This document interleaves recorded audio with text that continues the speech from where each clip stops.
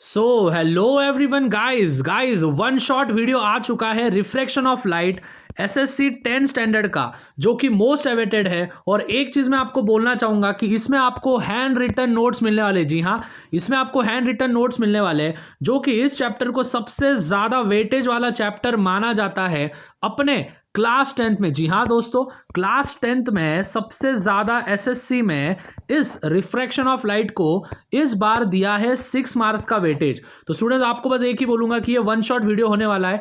जो भी होने वाले हैं, आप जैसे देख रहे हो रिफ्रैक्शन ऑफ लाइट के ये नोट्स आपको कहीं नहीं मिलेंगे भाई, क्योंकि पूरे के पूरे हैंड रिटन नोट्स है। मैंने खुद लिखे हैं सभी के सभी हैंड रिटन नोट्स, जिसका कि आप एकदम आराम से इस्तेमाल कर सकते हो। नीचे मैंने टेलीग्राम की लिंक दी है, उस लिंक में से भी आप इसको ले सकते हो। अभी फटाफट से शुरू करते हैं। इसको वन शॉट वीडियो है, तो हम जितना टाइम हम बचा सकते हैं उतना टाइम बचाएंगे, क्योंकि ये वन शॉट में आपका रिवीजन होना चाहिए।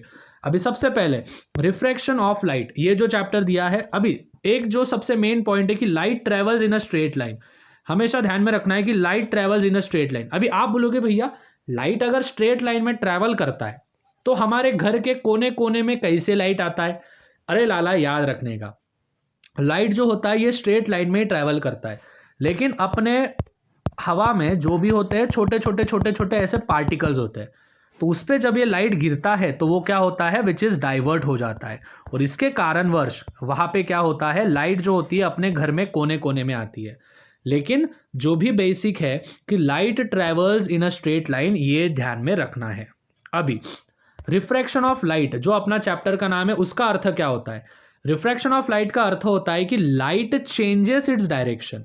देखो, अभी अभी भैया ने क्या बताया कि लाइट जो है वो स्ट्रेट लाइन में आती है, लेकिन अगर वो किसी कारण के वजह से उसका जो भी डायरेक्शन है वो अगर चेंज हो रहा है, मतलब कि लाइट का डायरेक्शन अगर चेंज हो रहा है कोई भी ट्रांसपेरेंट मीडियम के वजह से, तो उसको हम बोलेंगे which is refraction of light.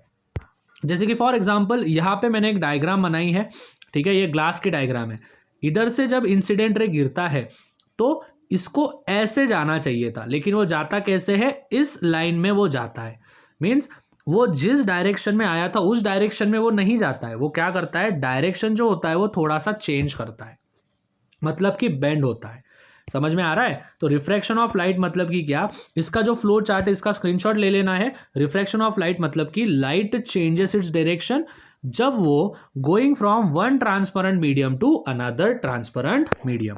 और यहाँ पे जो भी रिफ्रैक्शन ऑफ लाइट का जो भी फॉर्मूला दिया है वो दिया है I इक्वल्स टू R। ठीक है, तो ये चीज़ें ध्यान में रखना है। उसके बाद laws of refraction, laws of refraction हम देखेंगे। तो पहला लॉ जो है रिफ्रैक्शन का वो हम देखने वाले हैं। द इंसिडेंट रे, मतलब कि जो भी इंसिडेंट रे होता है और जो भी रिफ्रैक्टेड रे होता है ये ऑपोजिट साइड में होते हैं। ठीक है, अभी आप बोलोगे भैया इंसिडेंट रे और रिफ्रैक्टेड रे क्या होता है, तो ठीक से ध्यान देना है।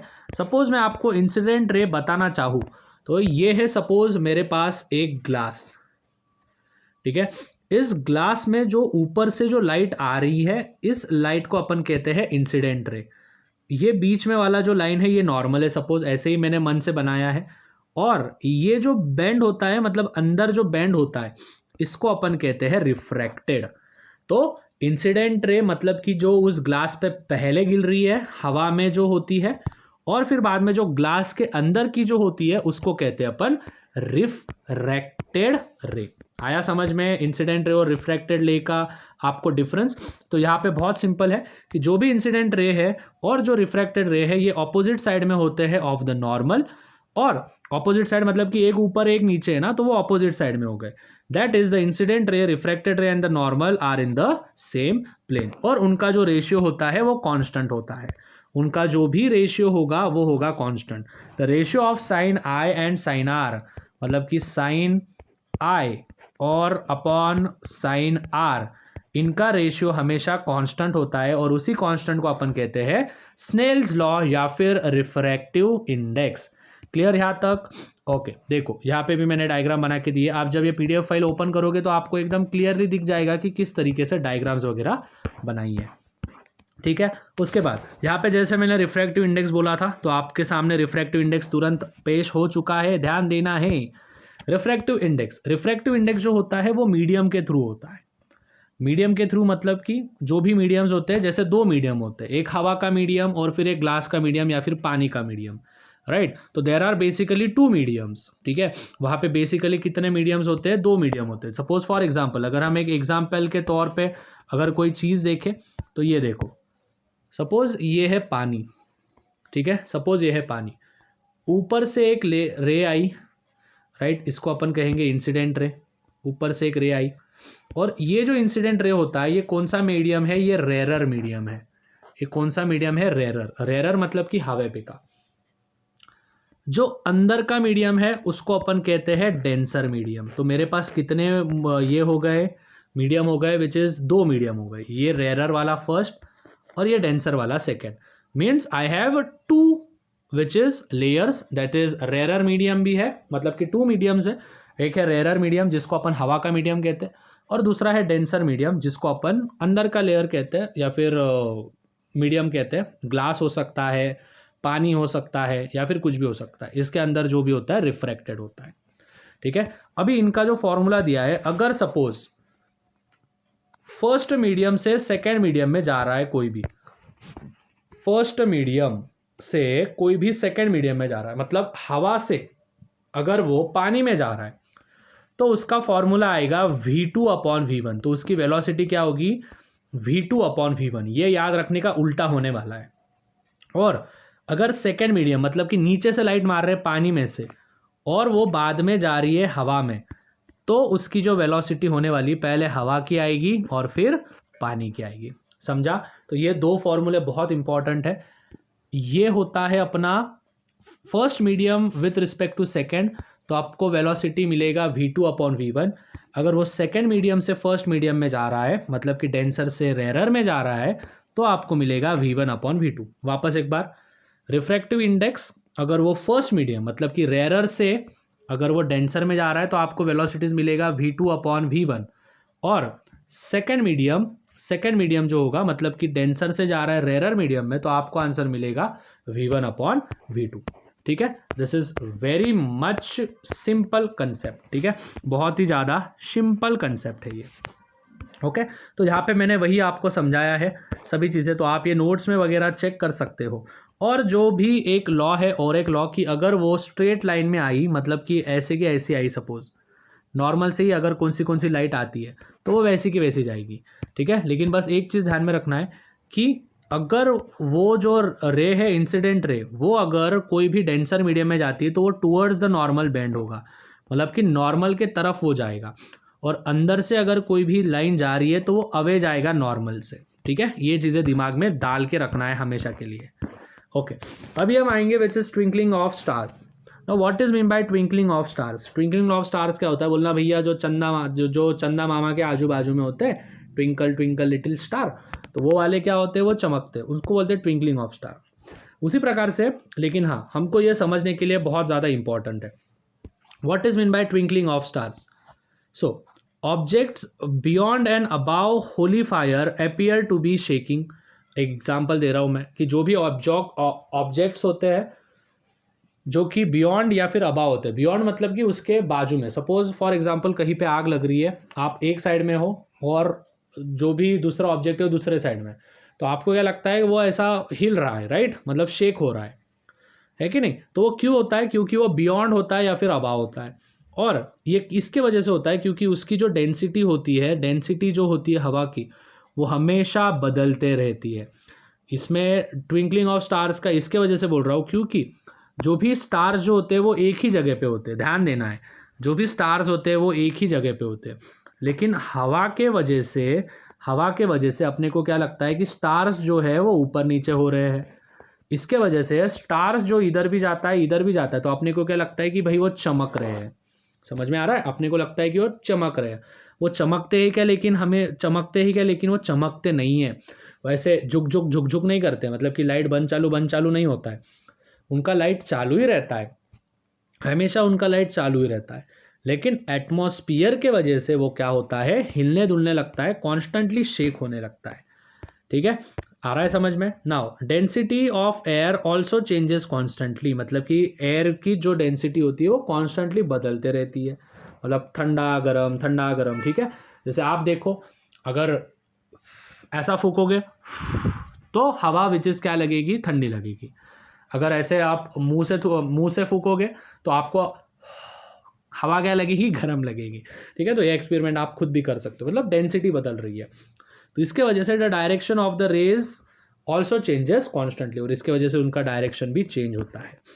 तो इसके वजह से हम बता सकते हैं कि स्टार्स ट्विंकलिंग क्यों करते हैं। ठीक है, स्टार्स ट्विंकल क्यों करते हैं, बहुत सिंपल नोट्स में बता रहा हूँ मैं, ये रिवीजन है।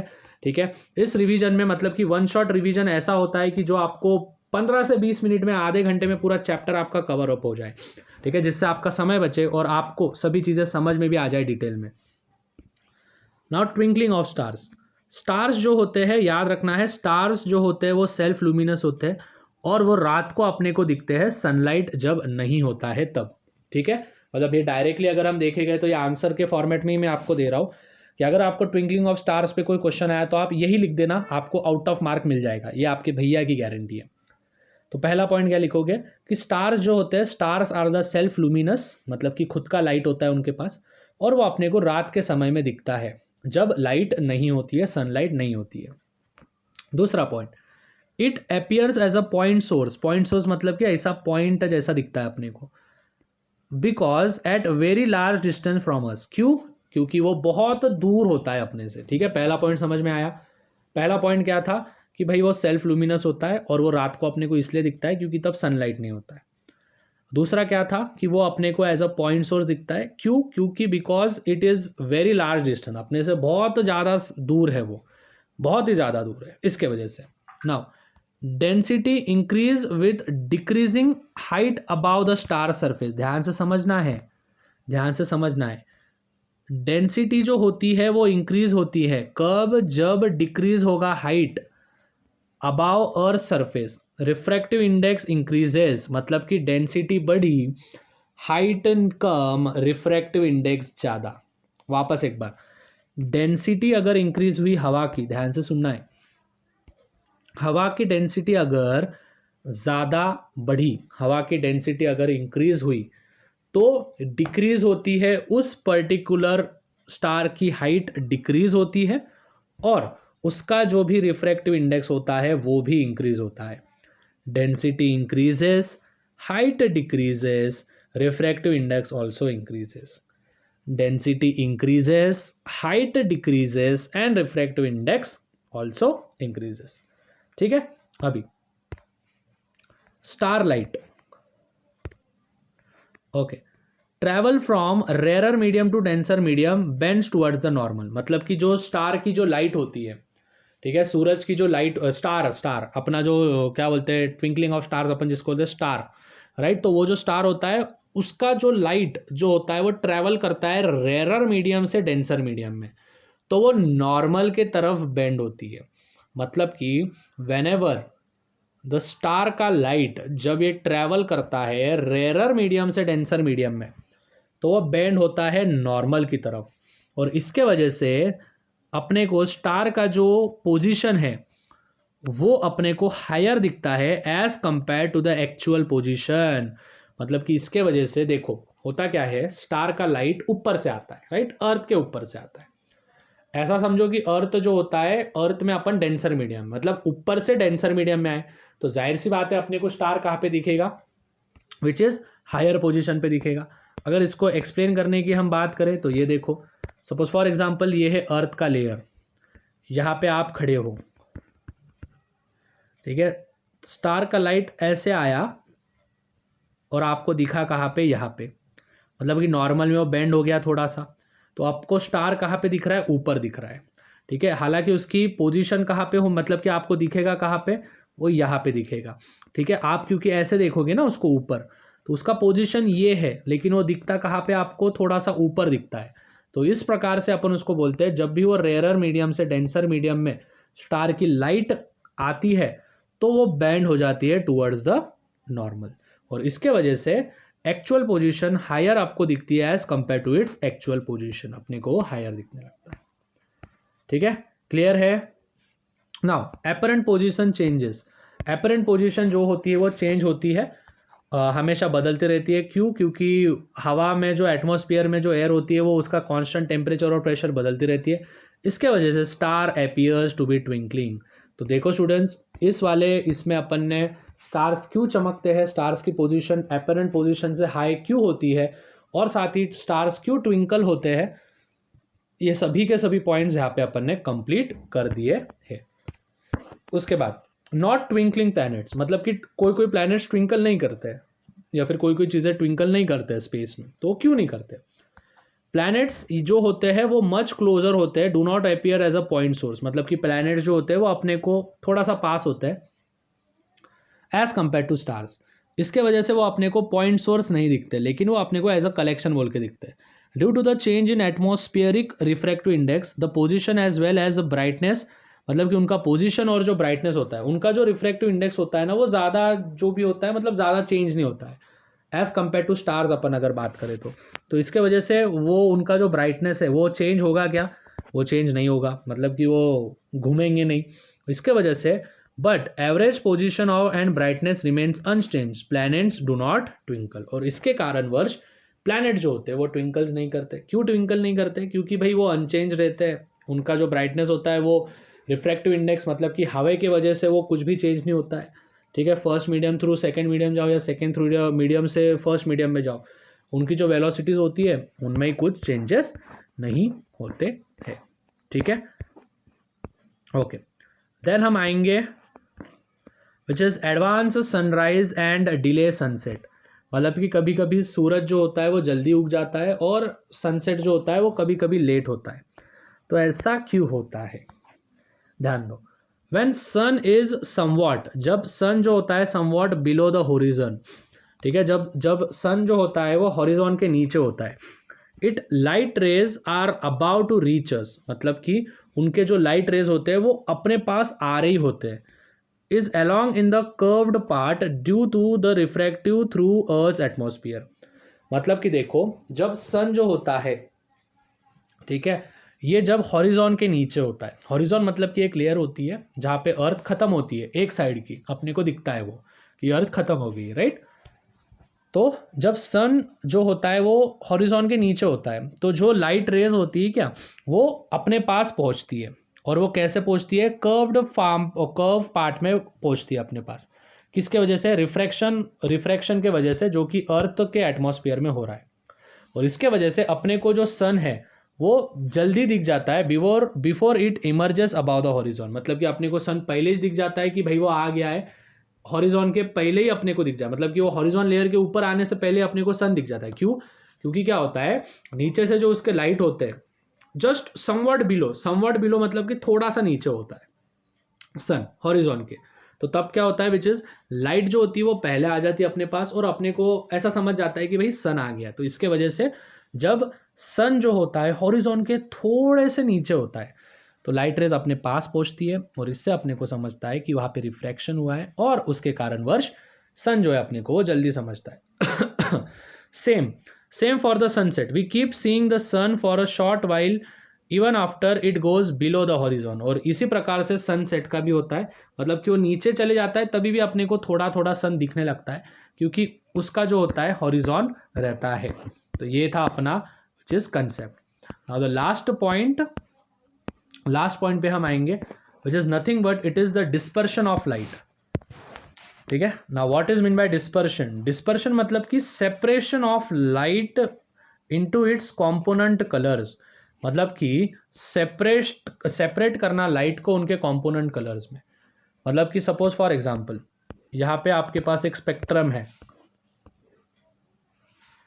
ठीक है, यहाँ पे आपके पास एक स्पेक्ट्रम है, इस स्पेक्ट्रम में व्हाइट लाइट आई और यहाँ पे रिफ्रैक्शन होके वो क्या हो गया, 7 अलग कलर्स उसने दे दिए, राइट। सबसे रेड और फिर वॉयलेट, ऐसे कलर्स उसने दे दिए।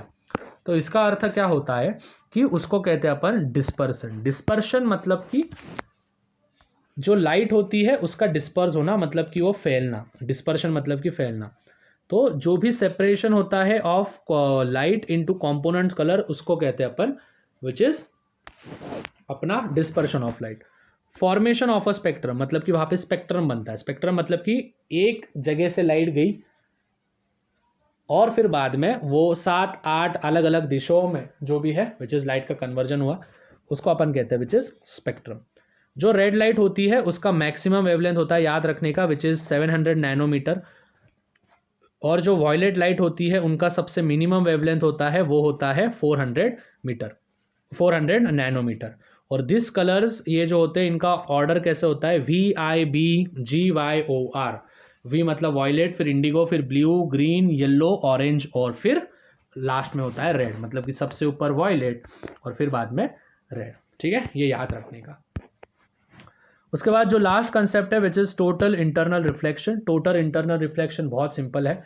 Total internal reflection when light travels, जब लाइट डेंसर मीडियम से रेयर मीडियम में जाती है, और जो भी एंगल इंसिडेंट का एंगल ये ग्रेटर होगा क्रिटिकल एंगल से, there is no refraction of the light and all the light reflected in the denser medium. मतलब कि देखो, सपोज फॉर एग्जांपल एक मीडियम है, ठीक है, इस मीडियम में होता क्या है, जब लाइट ये 90 डिग्री पे आती है तो उसको अपन कहते हैं क्रिटिकल एंगल, उसको अपन IC से बताते हैं। और ये कितना डिग्री होता है, ये होता है 90 डिग्री।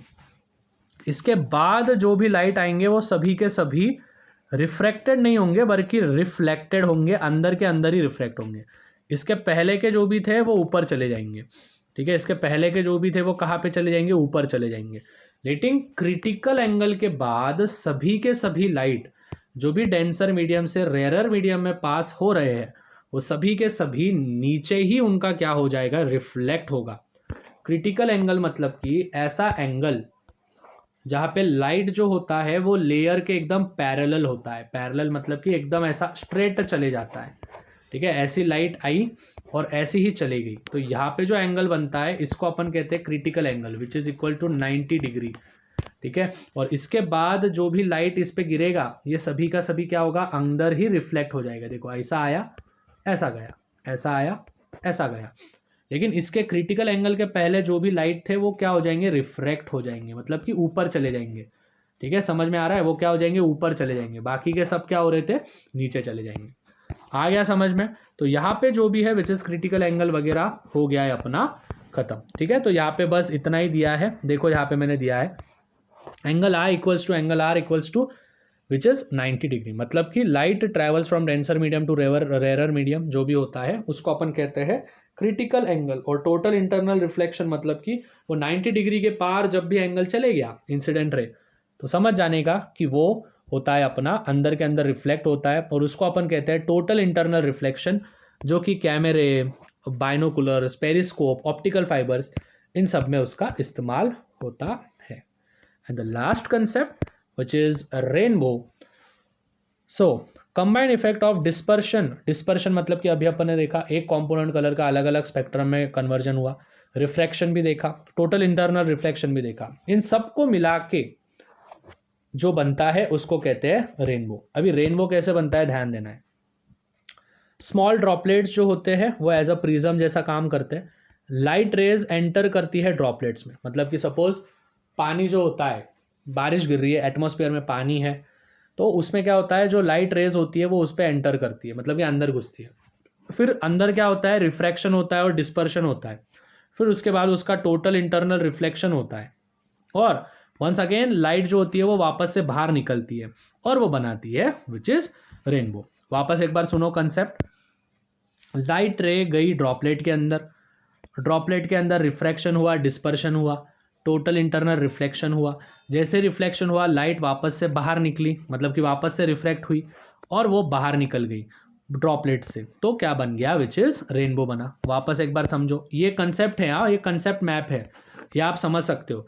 देखो स्टूडेंट्स, जो भी अपने वन शॉट वीडियोस होते हैं वो वन शॉट वीडियो के पीछे यही रीज़न होता है कि आपका आधे घंटे के अंदर अंदर कैसे रिवीजन हो जाए। इसकी पूरी सीरीज आने वाली है। ठीक है, तो स्मॉल ड्रॉपलेट्स प्रिज्म जैसे काम करते हैं, उसमें लाइट रेज जैसे ड्रॉपलेट में घुसी, रिफ्रैक्टेड और डिस्पर्शन हुआ, फिर टोटल इंटरनल रिफ्लेक्शन हुआ, फिर वापस से वो क्या हो गया, रिफ्रैक्टेड हुआ while coming from the droplet and produces still rainbow. और हाँ स्टूडेंट्स, अगर आप अभी तक ये वीडियो देख रहे हो तो आपको ये सीरीज़ कैसे लगी है प्लीज़ ज़रूर नीचे कमेंट में बताना है।